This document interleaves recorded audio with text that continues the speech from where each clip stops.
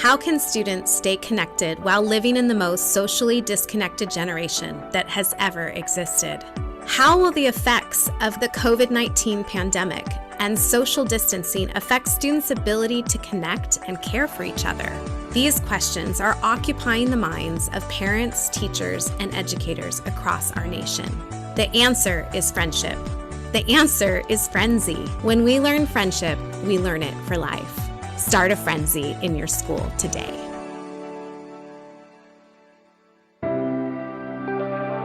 Teachers love learning. They love watching the wheels turn in a student's head and seeing their excitement when a problem is finally solved. We do too. That's why we launched Facts Ed Coaching, a fully customizable professional development program. Like a head coach uses film, we use patented video technology to support teachers and improve their skills. Teachers record lessons. Coaches give feedback in video. Then they meet virtually or in person to strategize for upcoming lessons, all on your schedule. Plus, we'll help you find funding to cover the cost of your coaching program. Because when teachers are empowered to pursue their love of learning, everyone wins. Learn more at factsed.com/coaching. Hi there, my name's Rebecca from Archangel Tablets, and I'm currently based out of South Florida. It's not just that Archangel Tablets can help the school with, cutting edge technology and upgrading your fleet and everything. It's really all about the students, because those are the ones that we need to look after. If you have the right technology, you can actually give that education with those Catholic values right back to your students. So come on over and have a chat with us. Looking forward to meeting you. Designed to motivate students while supporting educators, iReady combines powerful assessments with actionable data that points to meaningful digital and print instruction. Adaptive, standards-aligned assessments provide insights into student needs, performance, and growth. Online lessons provide instruction and practice tailored to accelerate student growth, helping all learners achieve grade-level expectations and beyond.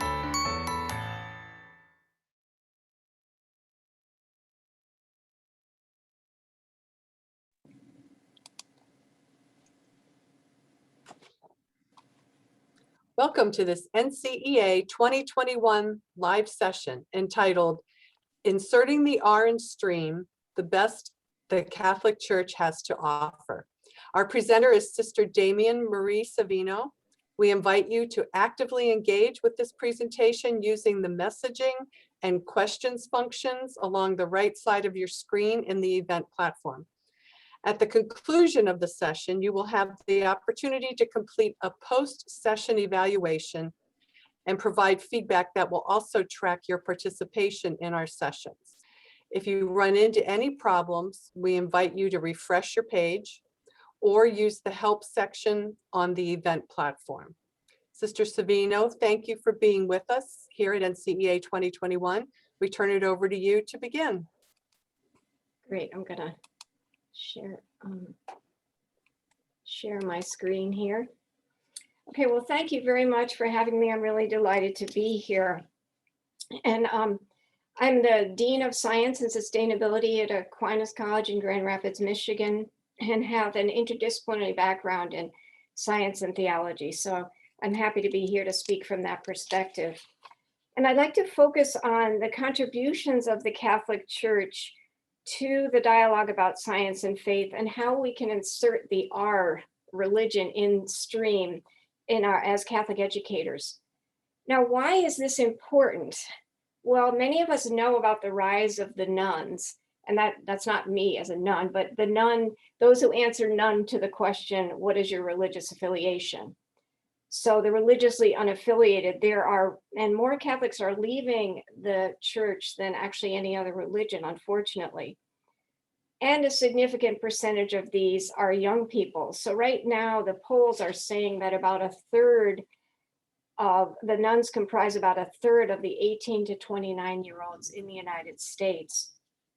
And the average age that young people leave the Catholic Church is 13. So middle schoolers are younger, which is rather shocking. And so the question is, how do we keep them, or how do we get them back? And I think one of the reasons, not the only reason, but one of the reasons they're leaving the church is that they identify the church as anti-science, or they experience some kind of conflict between faith and science. And so we need to show them that the church actually loves science and is not afraid of science, is very able to dialogue and support science. And so as educators, I think this is an important mission for us, to engage religion and theology with science as we move into the new evangelization. So what I will do, okay, this doesn't seem to be advancing. So I'm sorry, I'm going to do this. Excuse me. There we go. Let's see if this does. Yeah, okay.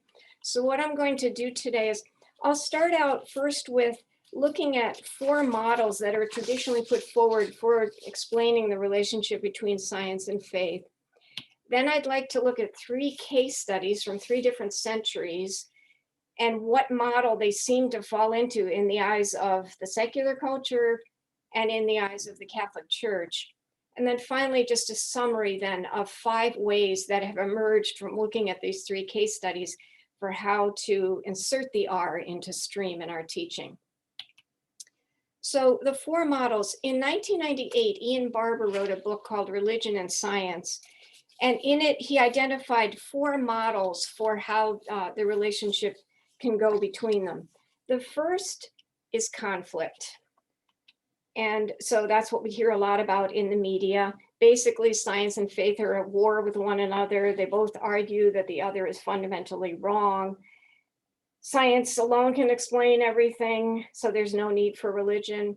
Or on the other extreme, there can be a conflictual relationship from Christian fundamentalists who say that the Bible can explain everything to the exclusion of science. The second is the model of independence, where science and religion are pictured as 2 different spheres with 2 different methods and 2 different areas of content that they investigate.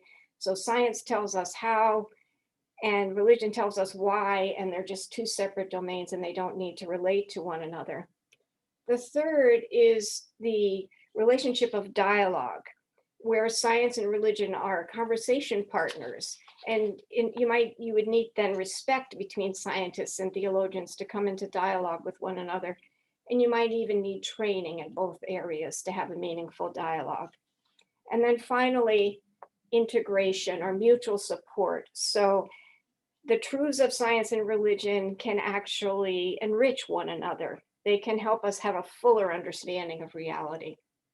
Now, a little spoiler here, the Catholic Church actually weighs in on dialogue and integration more strongly than the others, and I hope to show you how in this talk. The secular culture tends to portray the relationship primarily as a conflictual one.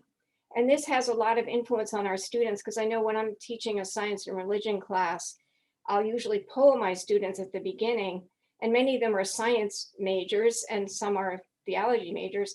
And the overwhelming majority will say, okay, conflict is the primary relationship that I feel there is between religion and science. And we need to change this, I think, to help them understand that the Catholic Church actually weighs in on dialogue and integration.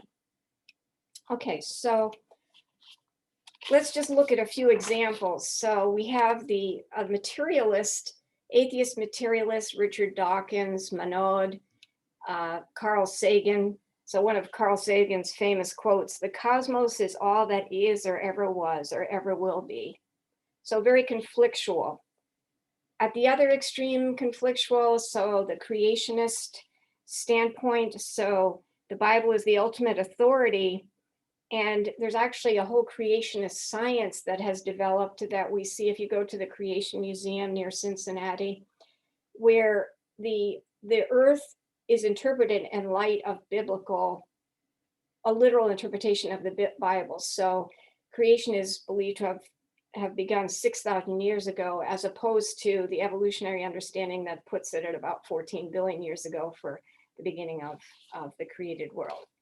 So those are examples of conflictual relationship today. The famous example of independence is Stephen Jay Gould. NOMA, so non-overlapping magisteria is what that stands for. So science has its own magisteria, its own area of teaching authority.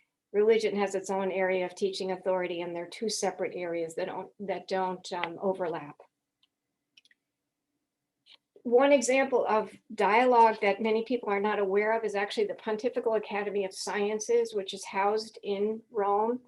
It's a centuries-old academy that invites the best scientists from around the world of every different religion or no religion to meet every year and talk about the latest findings in science and what are the implications for that. So a real dialogue partner in the science-religion dialogue.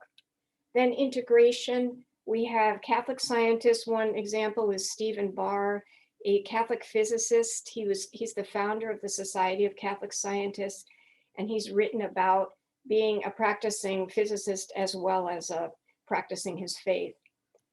Also in the Christian tradition, not necessarily Catholic, but Francis Collins, famous geneticist, who has written this book, The Language of God.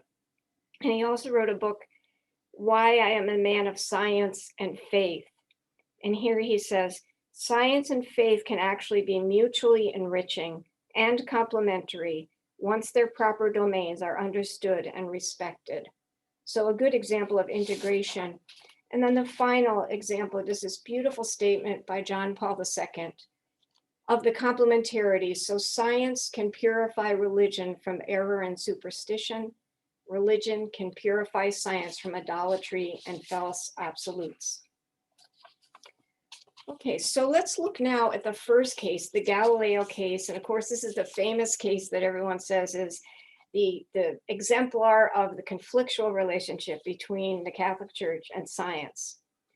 This was in the transition between the 16th to the 17th century when natural science was just beginning as a discipline. And again, it was thought, well, it's science dethroning the earth from its central position in the heavens, because Galileo agreed with Copernicus's view that the sun was the center of the universe, not the earth. And this seemed to be at the time in contrast with the scriptural view that the earth was immovable and at the center, which was a very important understanding at that time that seemed to impact on our theological understanding of who we were as humans at the center of things. But Galileo, with his telescope, he saw movement. He saw moons orbiting around Jupiter. He saw that some planets orbited around the sun and that the earth was moving. And his famous assertion that you often see is him saying, still, it moves, meaning that the earth moves and it's not immovable at the center. So in 1663, Galileo was condemned. He was put under house arrest for supporting Copernicus's view of heliocentrism. Now, in 1992, John Paul II apologized for the treatment of Galileo, and he said that the error of the theologians at the time was in thinking that the literal interpretation of sacred scripture could explain the physical world. Rather, said Pope John Paul II, there are two realms of knowledge, one which has its source in revelation and one which reason can discover by its own power. And those two realms are distinct, but they shouldn't be considered opposite or in conflict. And so kind of reiterating, I guess, an independence model a bit there. It was a sad situation that Galileo was silenced. He wasn't imprisoned as many people think. He was put on house, like asked to stay at home. It was a mistake made by the church, but I think now on looking at it better historically, we could say it wasn't actually due to science denial in the church. There were other factors operating. So Galileo was actually the inventor of the scientific method pretty much, and he was ahead of his time in understanding how science and faith relate to one another. And in fact, as you can see from these statements he made, he actually had quite a cogent articulation of the relationship between faith and reason. So he says, I think that in the discussion of natural problems, we ought to begin not with the scriptures, but with experiments. And so science investigates natural phenomena, and he said, using the senses and reason, performs experiments and demonstrations. Science is using what God has endowed us with, so our sense, reason, and intellect, to discover truth about the natural world. And these are God-given truths, since God is the creator. So the practice of science, you can kind of infer from Galileo's statements here, actually pleases God, who gave us those gifts of sense, reason, and intellect that enable us to do science. No other animal possesses these gifts. So I think what the misunderstanding in the Galileo case was really about wasn't science, but about how to interpret sacred scripture. At the time, this was a raw and kind of emotionally charged question because the Protestant Reformation was beginning. So that added a kind of political component to the controversy with Galileo, more so than a scientific component, because actually at the time, the science was not well established, and there were other scientists who argued against Galileo and Copernicus's view. So, and the church was merely trying to discover what was the true science. So I think it was, rather than a science religion controversy, it was more a political, and also very importantly, how to interpret scripture. And again, here, I would say that Galileo was ahead of his time. But both sides agreed, the church and Galileo agreed, that science cannot contradict scripture. So here's a famous quote from Galileo that he wrote at the time: "The motion of the earth could never be against scripture if this were proved to be true." Cardinal Bellarmine, who was a Jesuit who was asked to review the Galileo case at the time, also said that if it were proved true that the sun is the center of the universe, then we would have to proceed with great care in explaining the scriptures that seem to appear contrary. So the scriptures in the Psalms that they would quote in the Old Testament that seem to refer to a stationary earth in the center of things. So Galileo had already written some essays, personal essays, on the interpretation of the Bible, in which he essentially said that the Bible was written to teach us how to go to heaven and not how the heavens go. And in these documents, he essentially anticipated by about 400 years what the Catholic Church would teach later about the interpretation of the Bible. And so his new science and his approach actually forced theologians to question themselves about their criteria for interpreting scripture, and to realize that they didn't really know how to do it. And it did take us centuries to get that more clarified.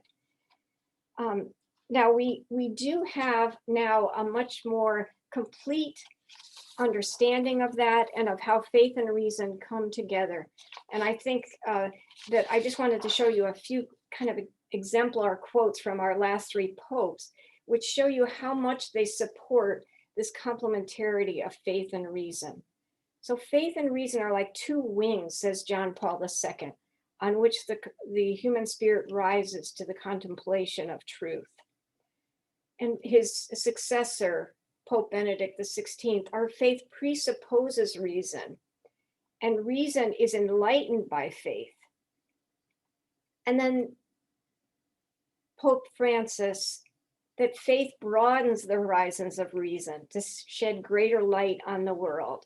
So in the Catholic vision, faith and reason are essentially compatible.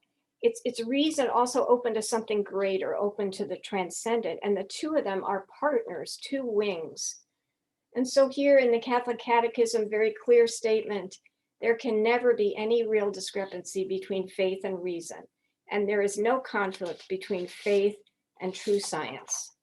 So these are very accessible principles for us to convey to our students, and which I think if you study through the situation of Galileo, kind of come clear how the Catholic Church can weigh in on this and can find some tools for responding to these situations.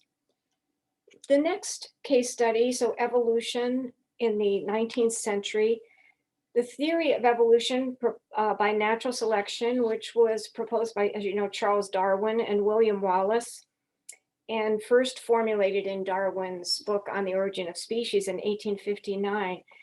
Basically, evolution is the process by which populations of organisms change over time as a result of changes in heritable physical or behavioral traits.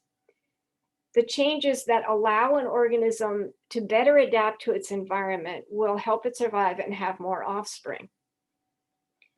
Darwin didn't know about genetics in his day. He observed the patterns of evolution and he formulated his theory, but he really didn't know about the mechanism. That came later with the discovery of how genes encode different biological or behavioral traits and how genes are passed from parents to offspring. So the incorporation of genetics with Darwin's theory is known as the modern evolutionary synthesis. The central idea is that all life on Earth shares a common ancestor. Darwin called it descent with modification. Basically, life on Earth is one big extended family, as on the slide, and it's a branching tree, not a ladder. Its evolution is the central organizing principle in modern biology. It's supported by evidence from many fields: the fossil record, comparative anatomy and embryology, genetics, mitochondrial DNA, and the ecological distribution of species. So without the theory of evolution, we wouldn't have biology as we know it today. What was controversial about this, even in Darwin's day? Well, the idea that humans evolved from apes, that our common ancestor is the chimp, and we now know we diverged from chimps about 6 million years ago. This rocked our understanding of who we were as humans, because in the 19th century, the world was seen as timeless, eternal, unchanging, and species were fixed. They were believed to be directly created by God, and especially humans, who were believed to be kind of a central species, right? So this was very shattering to think of ourselves as closely related to the chimps. So this is where the conflict began in the secular culture. And again, the narrative was that the church denies science because it dethroned our idea of man.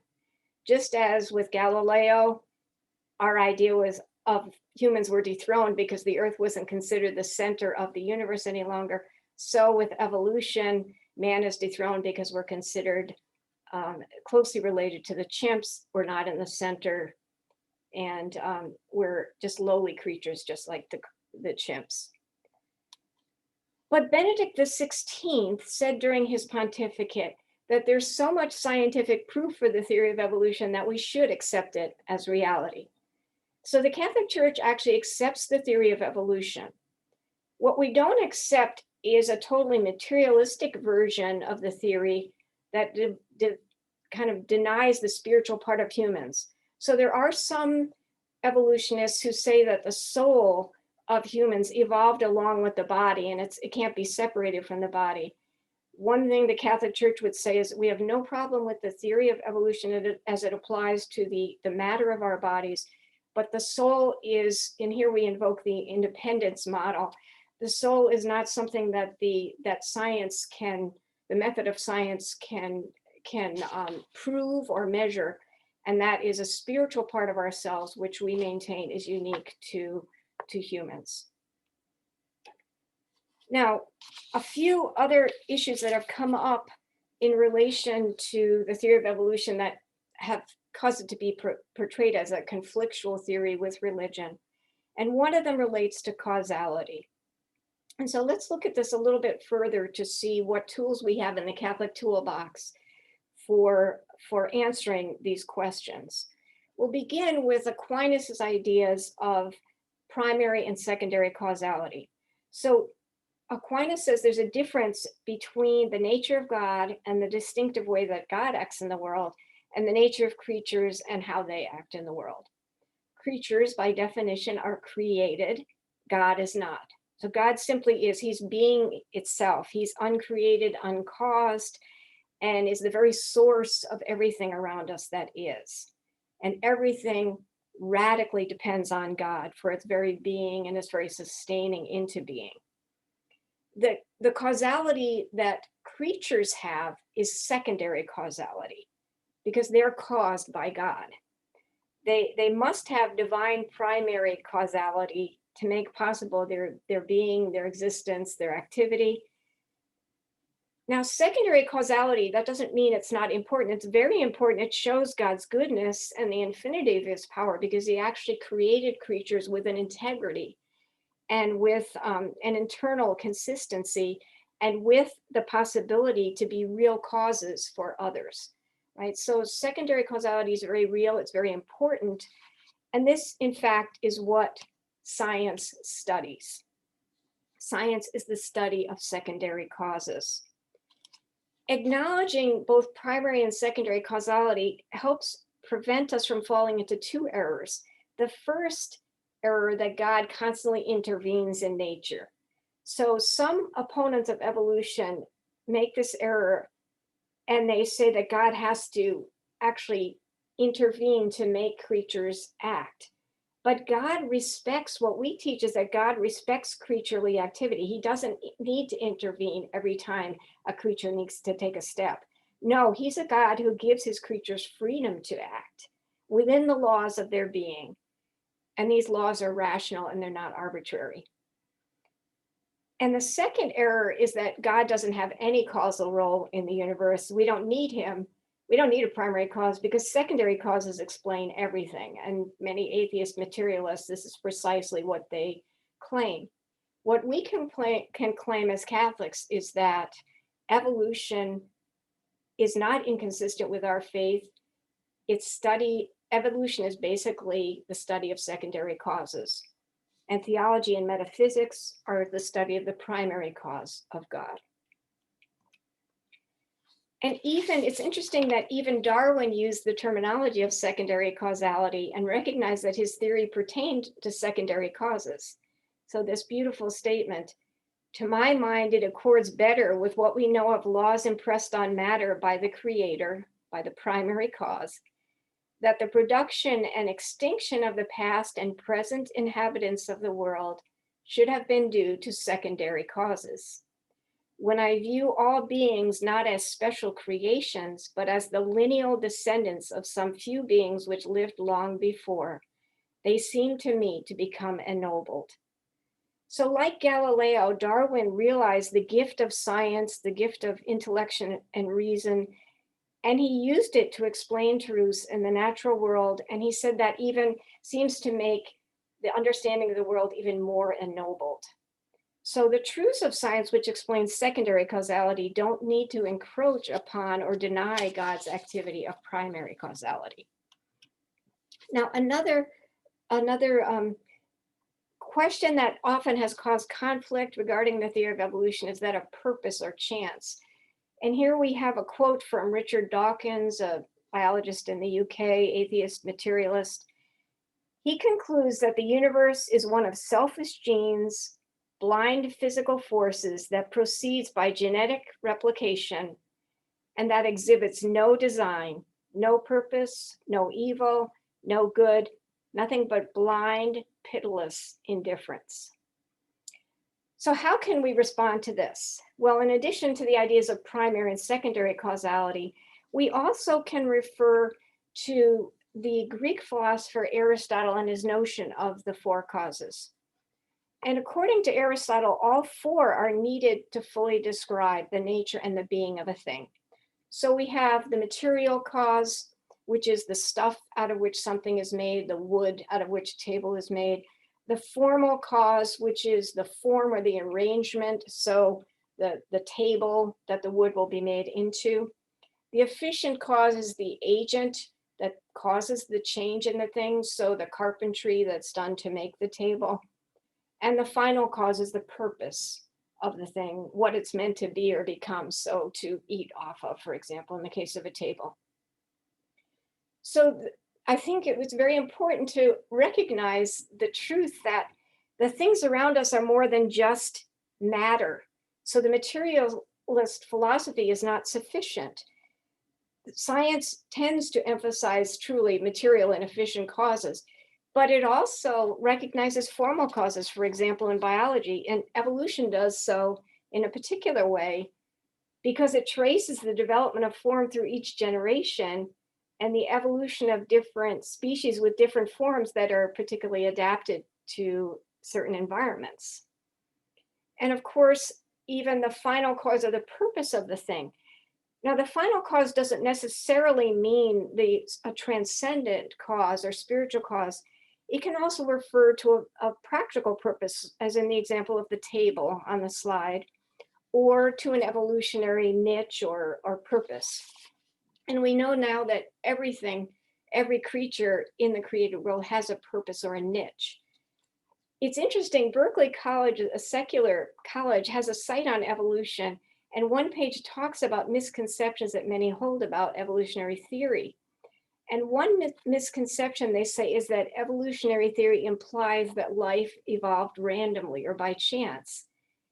They say that they want to correct this, that while chance and randomness do factor into evolution, some mechanisms of evolution actually show purpose.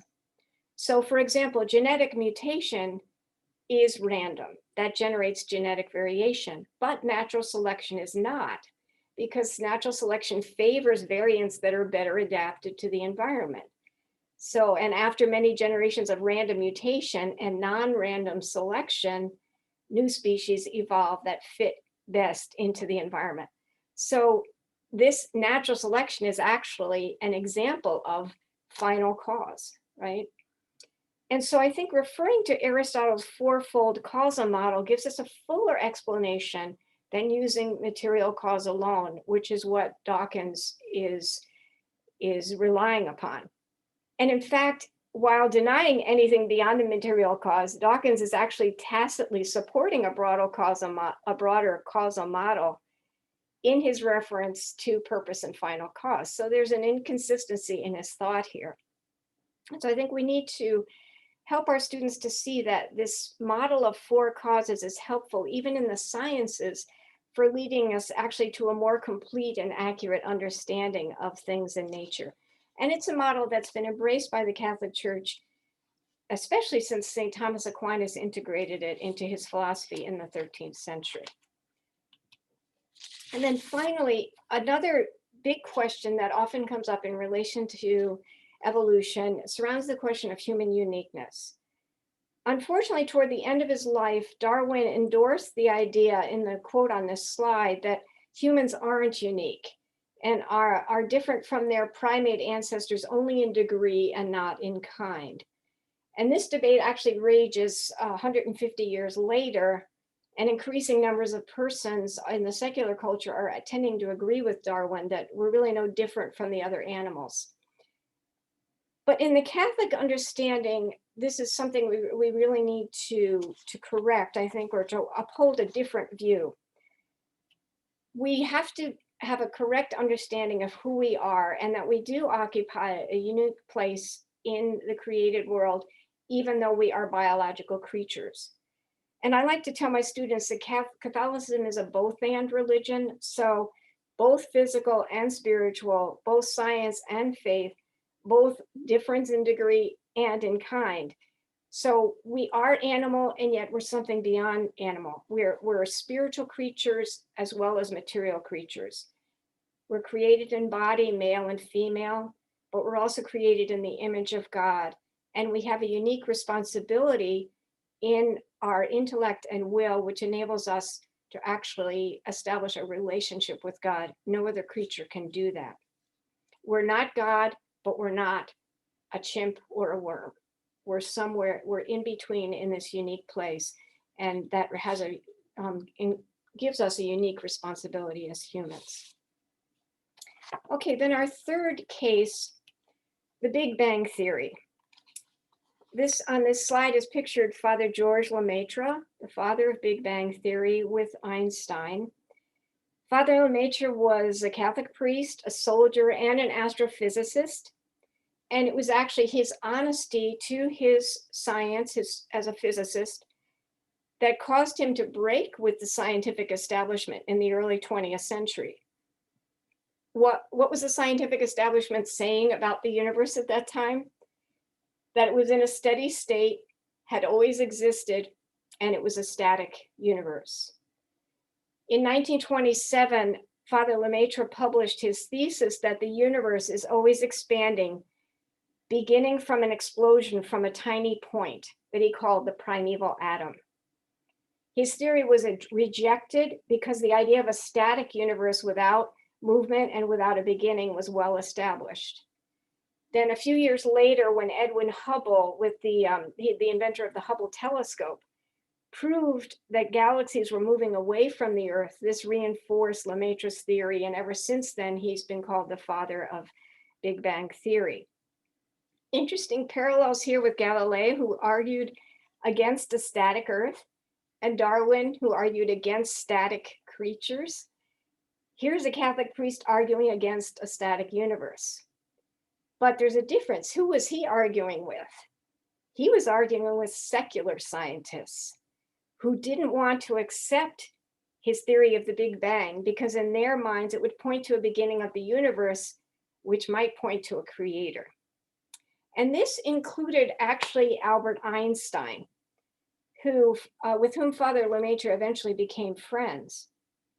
Einstein was a proponent of steady state theory.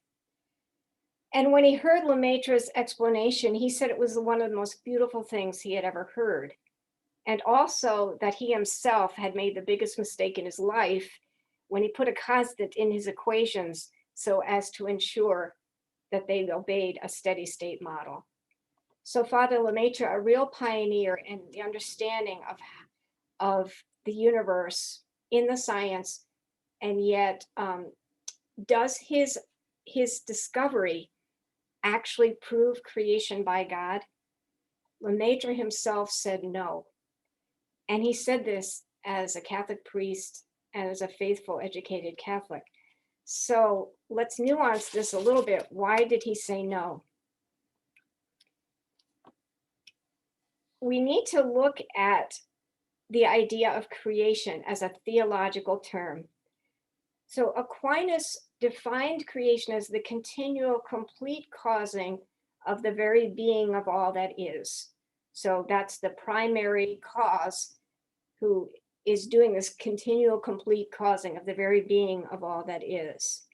When we use the term creation today, we tend to think of it and conflate it with the term nature, but it's really not. I think we need to make sure in our education that we emphasize that creation is actually a theological term.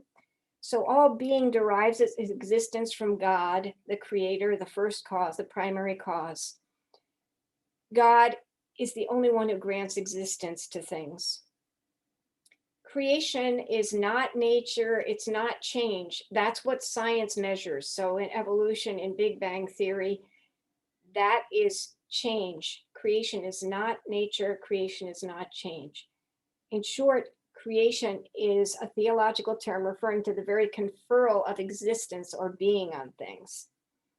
And so students can recognize then that science cannot speak to the moment of creation. Genesis does, our faith does. So the Big Bang doesn't speak to the moment of creation. It speaks to the moment that this world, as we know it, this universe came into being. But where did the however tiny it was, where did that matter come from in that instant? The primary cause, God, is the one who brought it all into being. So the Big Bang doesn't prove God. Now, finally, one last way that we can, I think another tool we can use with our students is to share with them the witness of Catholic saints and scientist saints. And there's literally hundreds of them over the past centuries. I just have a sampling here that I'd like to share with you. So Gregor Mendel, the father of genetics. Louis Pasteur, the inventor of pasteurization. Louis de Broglie, Nobel Prize winner for quantum mechanics. Father Lemaitre, the father of the Big Bang theory.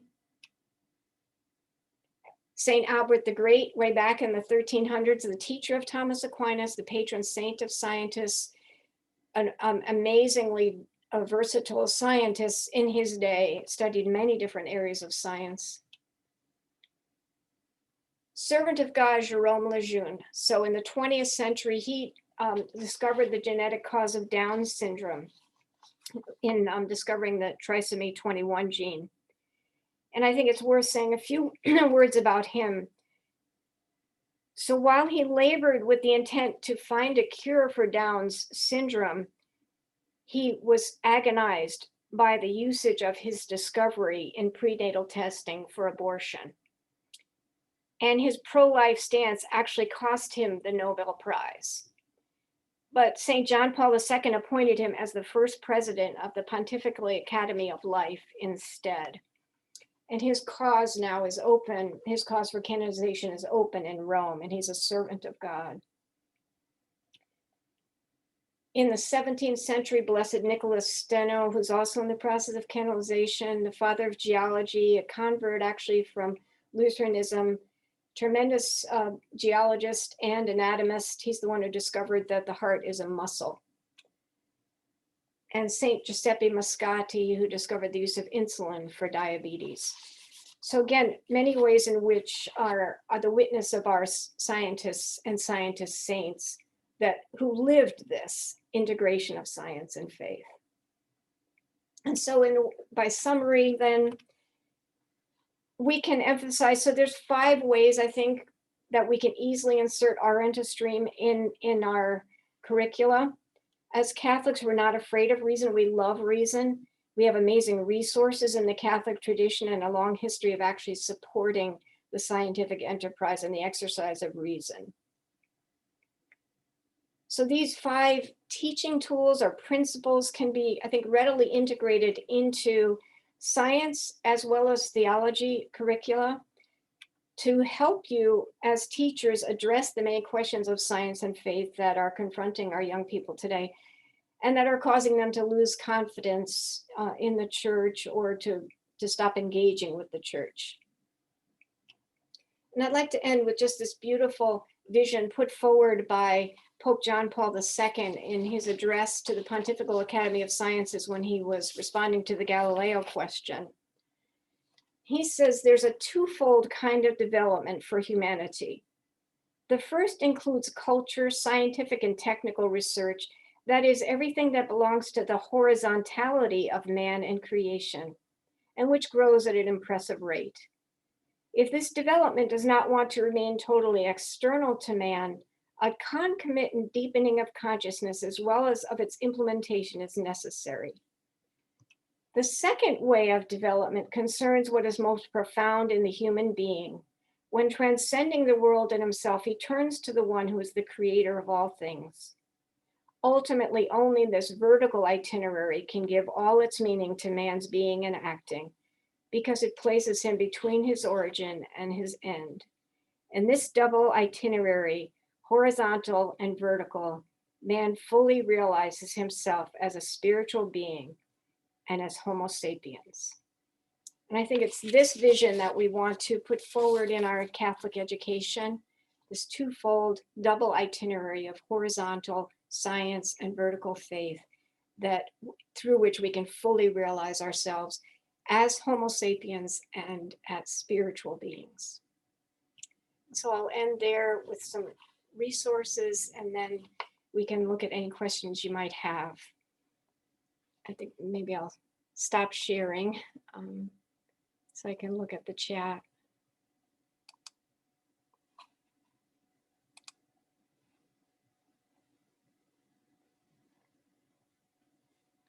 Okay, so I don't know if there's any questions.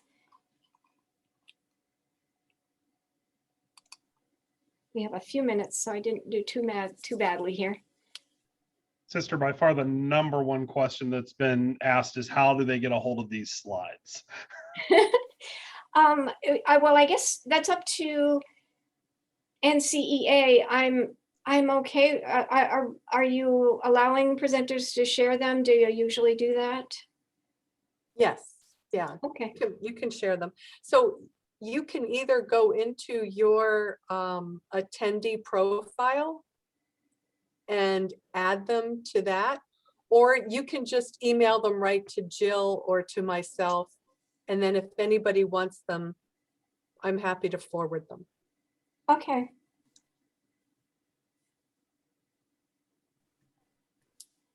So it's lots of thank yous for your Oh. presentation, but not a lot of questions. Oh, So you gosh, must okay. have been very thorough. Well, I hope it wasn't too complicated, but No, not at all. So thank you for attending this live session of NCEA 2021. Please make sure to complete the post-session evaluation that JD is going to put up. Well, he's done it. And if you could take the opportunity to do this so that we can track what you've seen and what you've done, and this would be important when it comes down to getting a certificate that says what sessions that you attended. And so going on for the rest of the conference, please remember to look at our on-demand sessions as well as the learning lounges and the live feed and our virtual exhibit hall where our sponsors are. And we thank everybody for attending today. Thank you, sister. You did a great job. thank you very much. It was wonderful to meet you too.